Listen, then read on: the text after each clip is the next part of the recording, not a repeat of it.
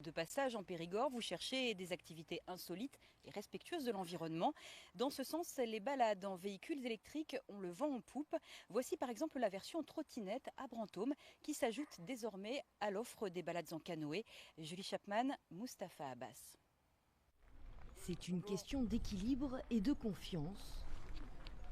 À trottinette électrique, découvrir les environs vallonnés de Brantôme semble plus facile. La toiture la plus haute, un peu carrée, c'est une ancienne chapelle qui faisait partie de la maison forte de l'époque.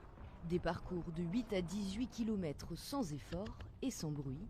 Une première pour cette famille. Tu peux voir beaucoup plus de choses et si tu dois aller sur les hauteurs, ça prend beaucoup moins de temps et tu ne te fatigues pas. J'adore en général tout ce qui est un peu sensation, mais ça faisait longtemps que j'avais pas vu un peu à ce niveau-là sur les grosses descentes. C'était vraiment très agréable, vraiment. Cette expérience, c'est la nouveauté de ce loueur de canoë.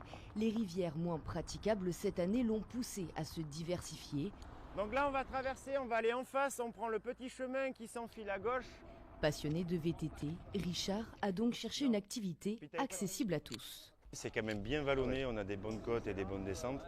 En vélo, c'est vite compliqué quand tu n'as pas la forme et qu'il faut être un minimum sportif pour le faire à vélo. Et du coup, là, c'est plus ouvert à tout public. C'est surtout la découverte de la nature et être en pleine nature, quoi.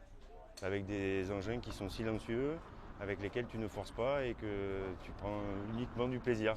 Comptez 30 € pour une heure de randonnée électrique et à 25 km/h, le paysage a le temps de défiler. Seule contrainte pour monter sur ces engins, avoir plus de 12 ans et mesurer plus d'1,40 m.